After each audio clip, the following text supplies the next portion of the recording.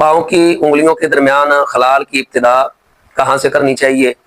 बाद उलमा ने एक तरीका तजवीज़ किया कि आप दाएं पाँव की चिंगली से इस उंगली के साथ खलाल की इब्तिदा करें और साथ वाली उंगली, फिर साथ वाली उंगली करते चले जाएं, फिर बाएं पाँव के अंगूठे के दरमियान, फिर ऐसे चलते चलते सबसे छोटी उंगली के ऊपर जाकर अपने खलाल को ख़त्म कर दें। लेकिन याद रखें कि यह तरीका बाज़ उलमा का पसंदीदा है। अल्लामा इब्न उसैमीन रहमतुल्लाह अलैह कहते हैं, हाज़ा इस्तिहसानुम मिन बाज़िल उलमाई लाकिन ला युल्तज़मु बिही का सुन्नतिन, कि ये बाज़ उलमा का पसंदीदा तरीका है, इसका सुन्नत की तरह इहतिमाम और इल्तिज़ाम नहीं किया जाएगा। लिहाजा कोई इस पसंदीदा उलमा के पसंदीदा तरीके के मुताबिक खलाल कर ले तो तब भी दुरुस्त है, या फिर किसी भी तरीके के साथ उंगलियों के दरमियान खलाल यानी इस चिंगली के साथ ही करना है। किसी भी तरीके के साथ आप किसी भी तरीके को अपना कर उंगलियों के दरमियान खलाल कर सकते हैं। इस तजवीज़ और तरीके को अगरचे बाद उलमा ने पसंद किया है, लेकिन इसे अपनाना ज़रूरी नहीं है।